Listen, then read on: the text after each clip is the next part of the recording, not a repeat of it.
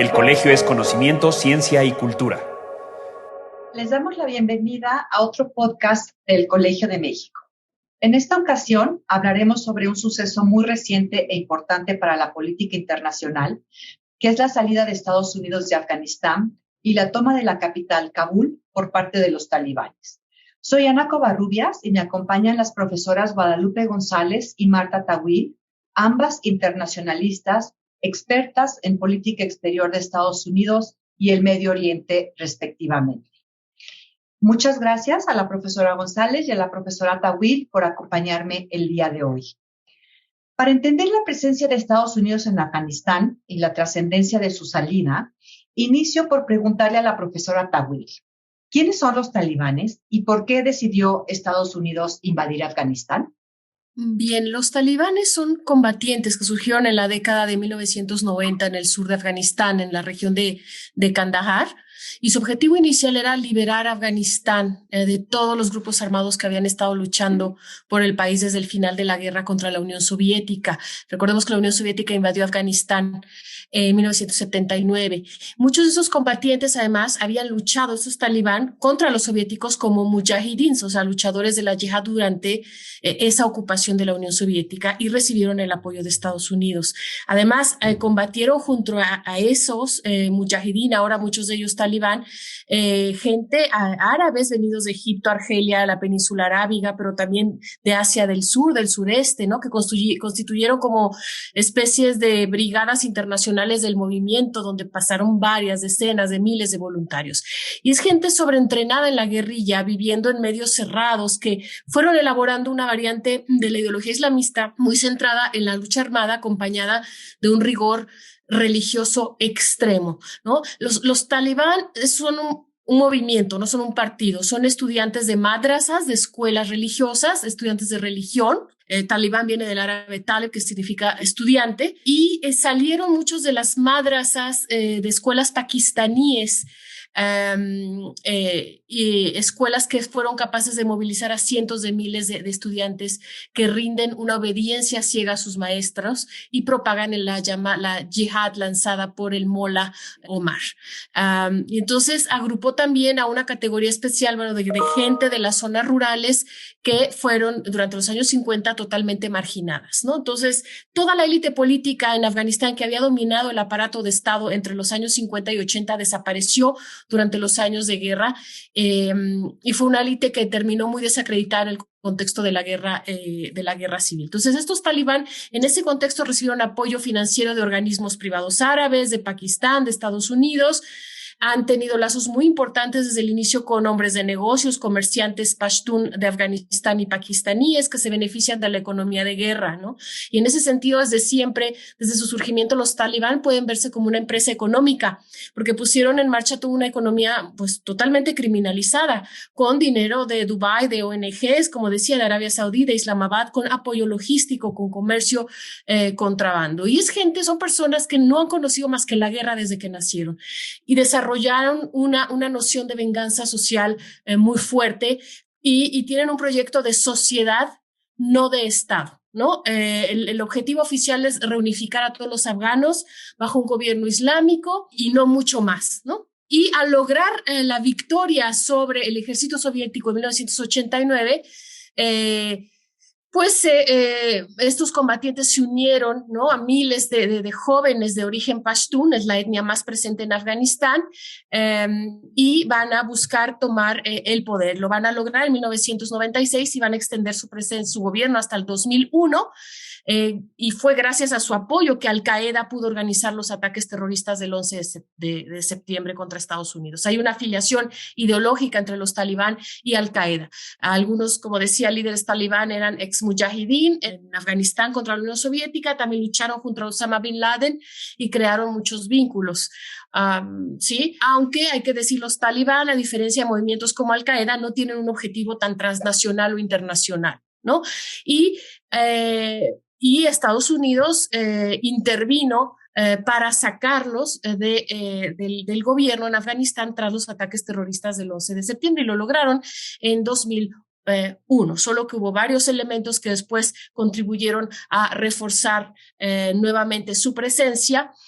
en Afganistán, que fue, entre otras cosas, uno de esos factores fue la decisión de Estados Unidos con el gobierno neoconservador de George W. Bush de girar toda su atención, todos los recursos económicos, militares o muy buena parte a Irak, al experimento democrático que intentaron en Irak a principios del siglo XXI. Muchísimas gracias, profesora Tawil. Ahora le preguntaría a la profesora González si nos puede hacer un balance general de la presencia de las tropas estadounidenses en Afganistán, bueno, no solo Estados Unidos, también sus aliados, y si puede identificar qué se logró y a qué costo. Bueno, la presencia militar de Estados Unidos y de la OTAN representa la guerra más larga que ha tenido involucrado a Estados Unidos en su historia. Son 20 años. Y estuvo involucrado, pues, 4 presidentes, Bush, Obama, Trump y Biden. Y a lo largo de estos 20 años también se ensayaron distintas estrategias. Quizá 2 elementos centrales para entender el balance. Por un lado, como decía, 20 años de presencia militar continua. Y segundo, cambios en la estrategia y cambios en términos de los objetivos que se buscaban. En un inicio, la idea era, básicamente, ya lo mencionó la profesora Tawil, sacar del poder al Talibán, que había servido de refugio y apoyo a la organización terrorista Al-Qaeda, responsable de los ataques del 11 de septiembre. Aquí este objetivo se logró y se logró con rapidez. Un segundo objetivo, que en su momento era evitar que Afganistán fuera una tierra de refugio de terroristas hacia afuera, se logró parcialmente en el sentido en el que efectivamente se neutralizó, digamos, la presencia de células dentro de Afganistán, pero esto llevó a que algunas de estas células se trasladaran a otros países. Entonces, aquí yo no hablaría de una victoria, ¿no?, sino de un efecto contraproducente. En lugar de contenerse la presencia de células terroristas transnacionales dentro de un solo territorio, pues esto, digamos, se expandió hacia otras regiones, en Medio Oriente, África, etc. Otro de los objetivos que después se planteó Estados Unidos eran objetivos distintos, que era básicamente el construir un Estado funcional dentro de Afganistán que lograra la pacificación después de décadas de guerra entre distintas tribus para controlar el poder.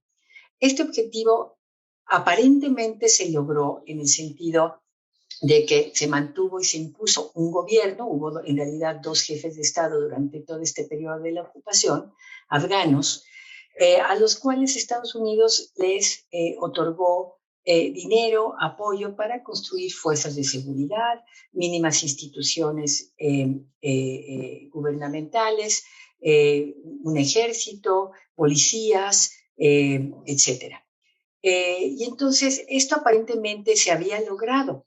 Lo que hemos visto con la salida en el retiro de Estados Unidos es que todo este edificio que se había construido se desplomó en menos de 24 horas, porque frente al avance de los talibanes, el gobierno existente afgano civil, que había sido apoyado por Estados Unidos y por la OTAN, sencillamente no dio la batalla y entregó las plazas. Esto nos habla de una falta completa de sustentabilidad de esta idea de poder construir un gobierno a imagen y semejanza de lo que serían los estados occidentales en un lugar o en un entorno socioeconómico completamente distinto. Entonces aquí, este es quizá el gran fracaso. No se logró la reconstrucción mínima de instituciones políticas, cosa que, por ejemplo, en Irak sí se logró con mayor posibilidad. Y el costo fue altísimo, ha sido altísimo para los Estados Unidos y sobre todo para la sociedad afgana.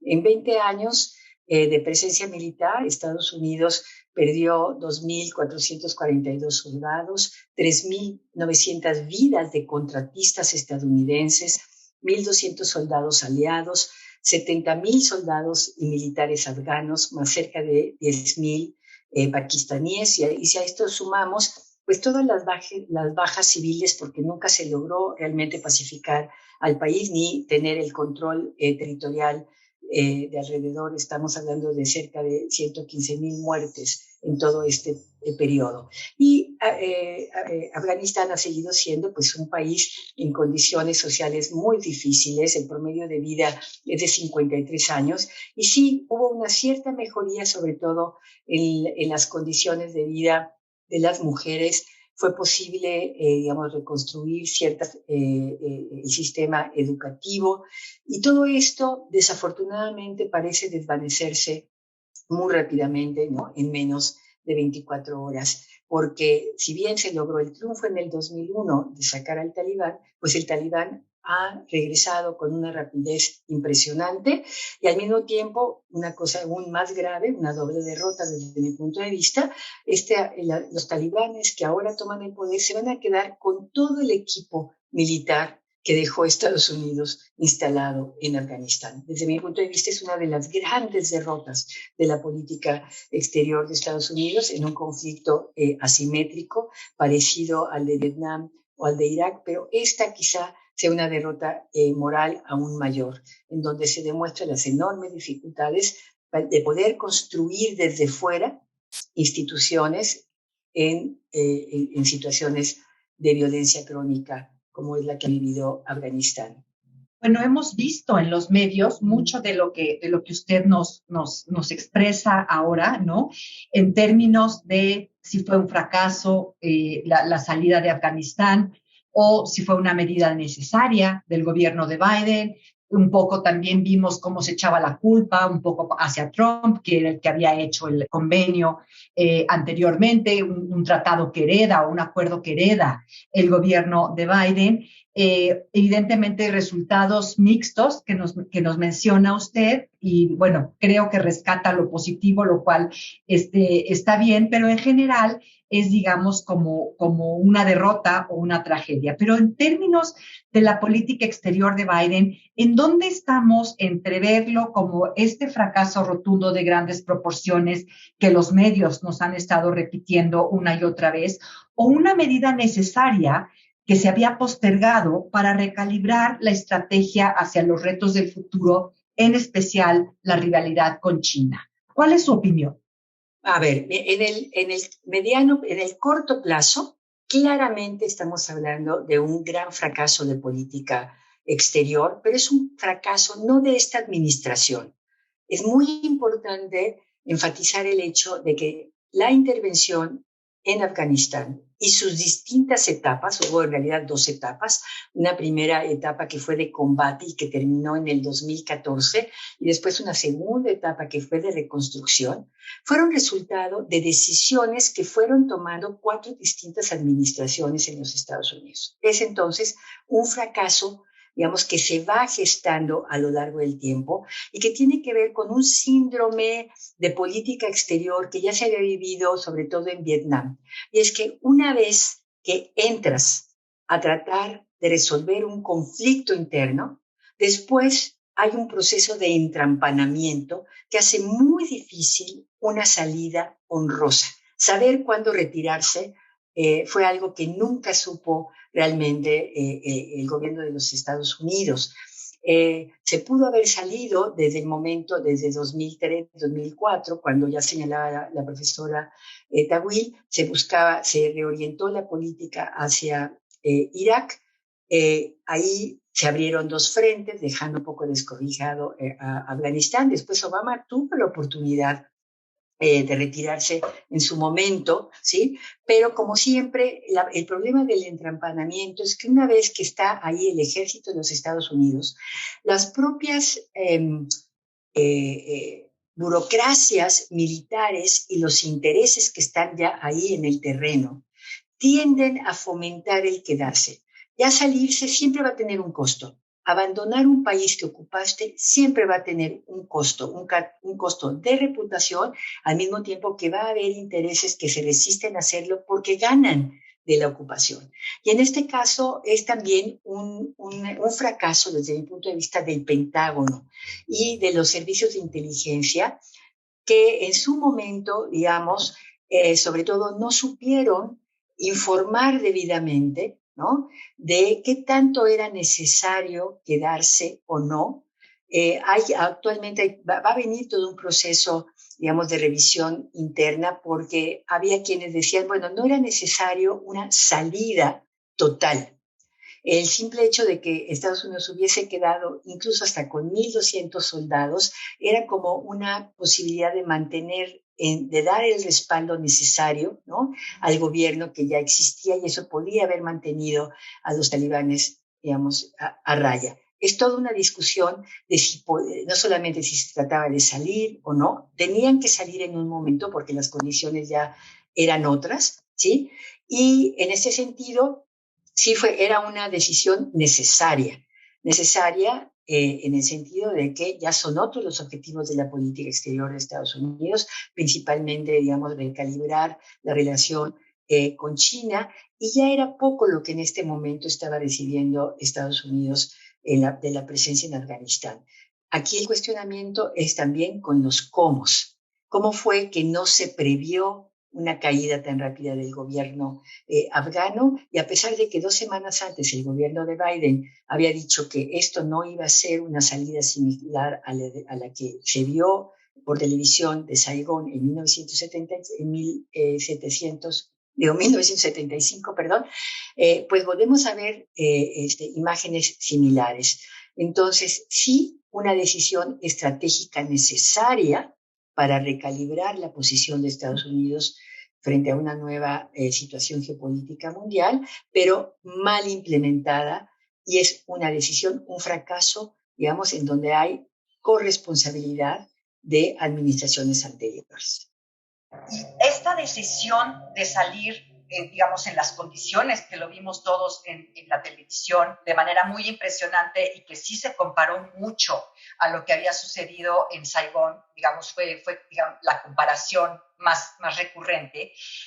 Esta decisión de salir en este momento, como se hizo, que bien nos lo ha explicado, responde a consideraciones de política exterior y geopolítica, o a razones de política interna y cálculo electoral, ¿no? Recordemos que, bueno, Biden empieza un gobierno que prometió una política exterior distinta de la de Trump, pero aún tenemos un sector trumpista muy importante en Estados Unidos. Biden tuvo la posibilidad de sentarse a revisar la herencia del acuerdo que había hecho el Trump con los talibanes. Y no lo hizo, y eso es un gran enigma para mí, porque las condiciones, no era si salir o no, sino las condiciones. Durante estos 20 años, en realidad, no había habido un proceso de pacificación o de concertación para la construcción de un estado de unidad dentro de Afganistán. Y Biden tuvo la posibilidad de rectificar la herencia de este acuerdo de Trump, que básicamente pues era un acuerdo de decir, ok, vamos a dejar Afganistán, y a cambio ustedes se comprometen, ¿no?, a no apoyar el terrorismo internacional. Básicamente era eso. ¿Por qué no lo hizo? A mí me parece, por un lado, Biden tiene una opinión pública en materia de la presencia norteamericana en Afganistán muy favorable a la salida. Cerca del 80% de la opinión pública de Estados Unidos decía, basta, no tenemos nada que hacer en Afganistán. En ese sentido, creo que la variable de política interna, esta necesidad de buscar ciertas bases de apoyo en un gobierno que hasta la fecha no había dado un éxito, no ha tenido un éxito en política exterior, puede ser una variable para explicar esta decisión, hacerlo rápido y de esta manera responder a una demanda de política interna y de la opinión pública de los Estados Unidos, para concentrarse pues en lo más importante, que es la reconstrucción interna de la economía norteamericana, ¿no? Por otro lado, hay que recordar que Biden nunca estuvo de acuerdo durante el periodo de Obama en que aumentara la presencia de Estados Unidos en Afganistán. Él constantemente fue de los pocos que trató de que la salida se diera desde entonces. Entonces yo sumaría estas 2 razones principalmente, que son el convencimiento ya previo del gobierno de Estados Unidos, del presidente Biden, de que era poco lo que Estados Unidos podía ganar en Afganistán y que había que salirse de manera en algún momento, y por otro lado, la consideración de política interna. Sin embargo, puede ser que esto resulte en algo contraproducente, ¿no? Porque ahora una decisión como esta, pues lo confronta uno con el ala progresista del Partido Demócrata, súper comprometido con la defensa de los derechos humanos, de la promoción de la democracia, muy escandalizado con lo que se viene para las mujeres en un Afganistán controlado por los talibanes, y por otro lado, pues esta crítica sumamente hipócrita por parte de los trumpistas, ¿no? De ineficacia, incapacidad, un gran fracaso de política exterior, cuando en realidad, pues este retiro fue algo que pactó el propio Trump el año pasado. Sí, de acuerdo, en que puede ser realmente contraproducente, ¿no? Sobre todo en términos de política exterior. Y con estas imágenes y con toda la narrativa que hemos tenido desde hace unos días cuando sale Estados Unidos de Afganistán, ¿cómo se afecta la imagen y la posición de Estados Unidos en el mundo?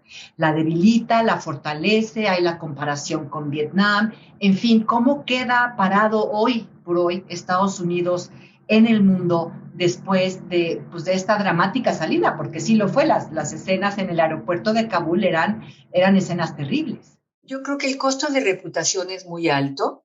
Hay también un costo de credibilidad, sobre todo frente a sus aliados. Esto lo ven muy cercanamente, digamos, aquellos aliados que ha tenido Estados Unidos en el este del Pacífico, que a lo mejor piensan que Estados Unidos no va a ir a su rescate en el momento que fuera necesario. Entonces, hay un costo muy alto de reputación, de credibilidad, hay un costo también en la credibilidad misma de la política exterior de Biden, sobre todo en esta idea de una recomposición de una comunidad de democracias. Esto es un costo alto. Sin embargo, a mí me parece que en el mediano y largo plazo esto puede servir también para reajustar la estrategia de los Estados Unidos. Veníamos ya en un proceso, digamos, de declive o de contrapesos, de una estructura de poder distinta, en donde Estados Unidos había perdido su supremacía. Vemos una potencia emergente, China. Me parece que China ve la salida de Estados Unidos en Afganistán. No diría que la aplauda, porque en realidad la presencia de Estados Unidos en Afganistán le resolvía a China algún problema. Recordemos que Afganistán tiene frontera con China, y ahora China pues tendrá que hacerse cargo, ¿no? Sobre ellos mismos, de las consecuencias que puede haber a nivel de la región en Asia Media, ¿no? Y en el centro de Asia, con problemas de seguridad. Te he dicho mucho que Rusia está contenta con esto. No estoy tan segura, ¿no? A mí me parece que en el mediano plazo lo que vamos a ver es un reacomodo, un balance de poder quizá más equilibrado, que pueda servir también para contener en el futuro un proceso de sobreextensión de la política exterior de Estados Unidos, en este ánimo de misionero que ha caracterizado la política exterior de Estados Unidos desde su origen, ¿no? Esta idea de que Estados Unidos puede redibujar al mundo a su imagen y semejanza como un faro de la democracia en el mundo. Muy interesante esta idea del reajuste, quizá tanto de la política exterior de Biden como de la posición en el sistema internacional, la posición de Estados Unidos en el sistema internacional, y sin duda también muy sugerentes sus ideas de que, bueno, a lo mejor los otros dos grandes actores, que son Rusia y China, pues no están tan contentos y están un poco a la expectativa. Quizá estamos viendo el inicio de una recomposición interesante a nivel internacional.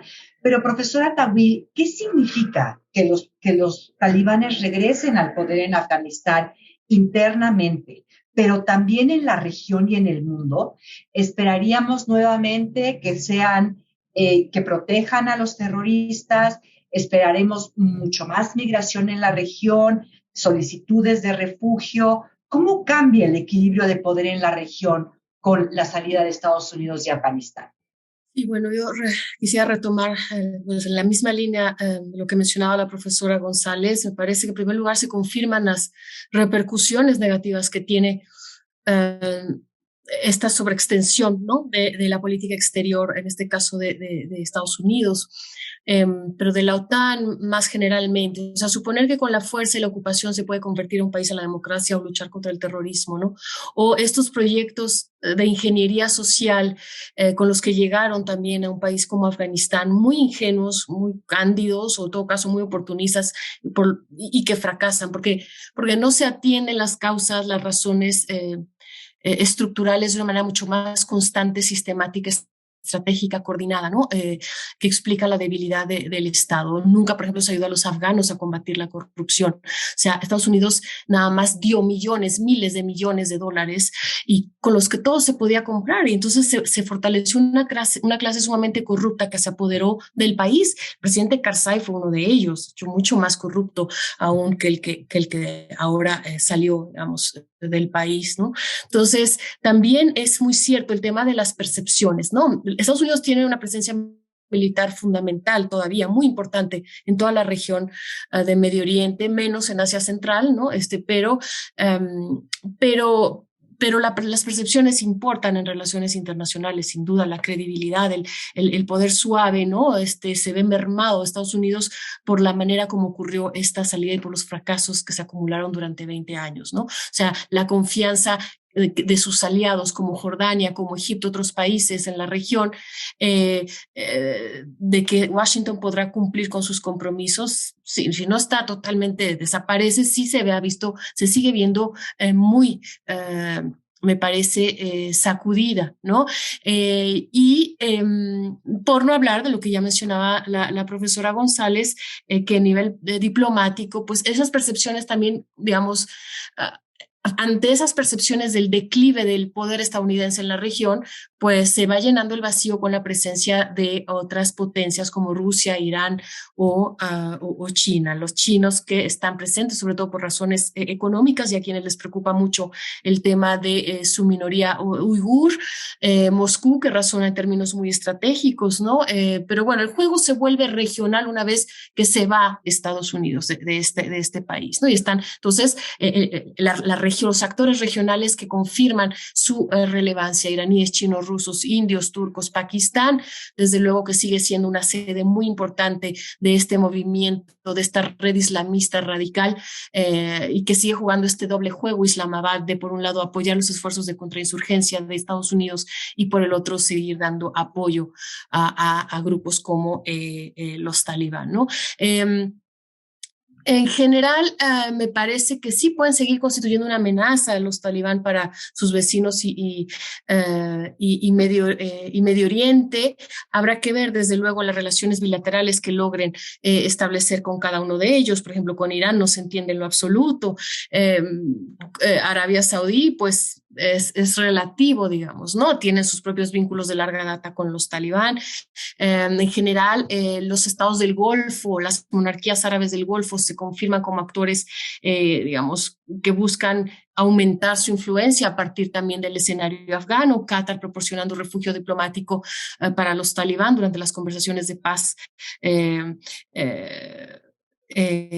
con el gobierno de Ghani, ¿no? Ya vencido, pero también en 2020 con Trump, Emiratos que recibe al presidente, ¿no? Entonces,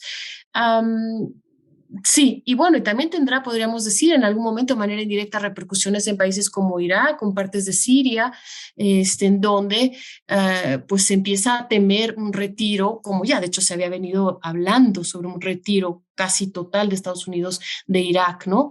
Lo mismo para el caso de Siria, ¿no? Ahora, aquí, digamos, también el equilibrio de poder dependerá de lo que los talibán hagan, ¿no? Cómo gobiernen. Ellos dicen que quieren ser más abiertos, que si llegan al poder las mujeres tendrán derecho a trabajar, ir a la escuela. Bueno, esto ya los testimonios que nos están llegando en estas últimas horas confirman todo lo contrario, ¿no? Los objetivos siguen siendo los mismos. Los talibán habrán cambiado, quizá realizado ajustes en el plano táctico, en el mejor uso de los medios de comunicación, de otras herramientas diplomáticas, en el trato político, pero sociológicamente hablando siguen siendo los mismos. Lo que sí ha cambiado es el país, visiblemente en 20 años, Afganistán, especialmente Kabul. Es una ciudad con 1 millón de habitantes, digo, sigue siendo más bien pobre, pero en 20 años tuvo un acceso a Internet más amplio, la demografía cambió, hay una mayoría joven en el país, menor de 20 años. Una clase media que no existía, que surgió en estos 20 años, una clase de profesores, de gente educada, hombres, mujeres. Entonces,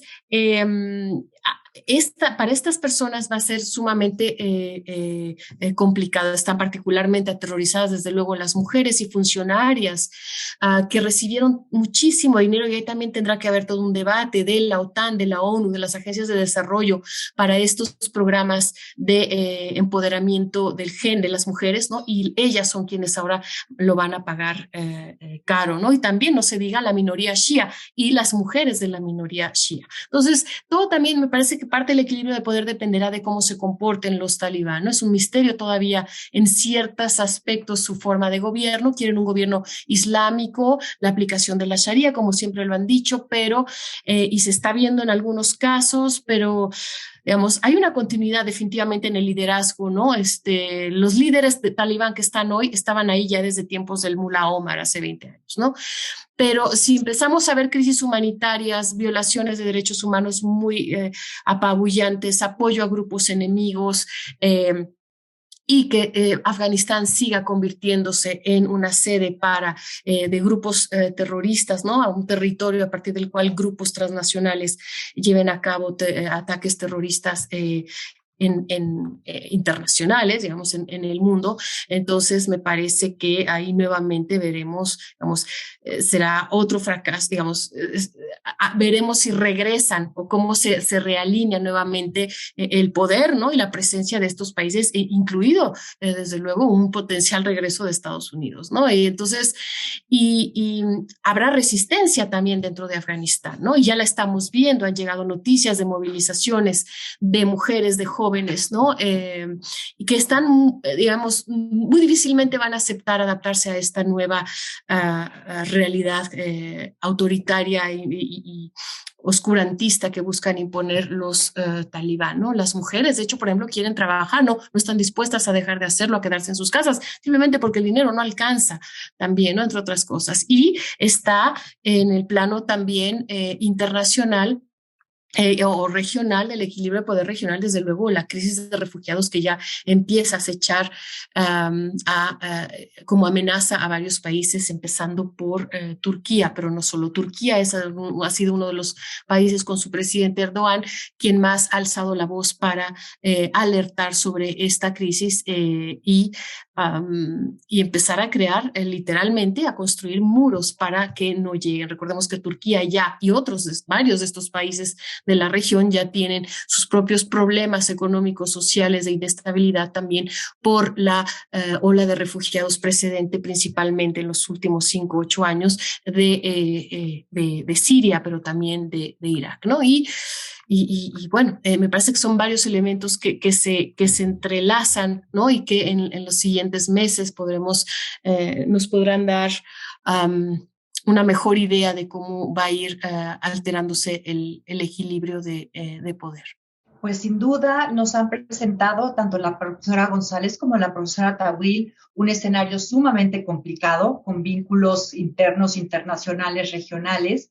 Y yo, para cerrar, además de agradecerles desde luego a las dos profesoras por su conocimiento, sus ideas, sus argumentos, quisiera decir que me atrevería a decir que, bueno, quedaremos a la expectativa para ver si esta salida de Afganistán es un momento de cambio regional e internacional importante del siglo XXI, o si regresaremos a dinámicas políticas que ya conocíamos antes. Si me permiten, la profesora González y la profesora Tawil, en algunos meses me encantaría volver a invitarlas a un podcast del Colegio de México para ver cómo se ha desarrollado la situación. Muchísimas gracias a las dos y desde luego muchísimas gracias por el interés público en el tema. Buenas tardes.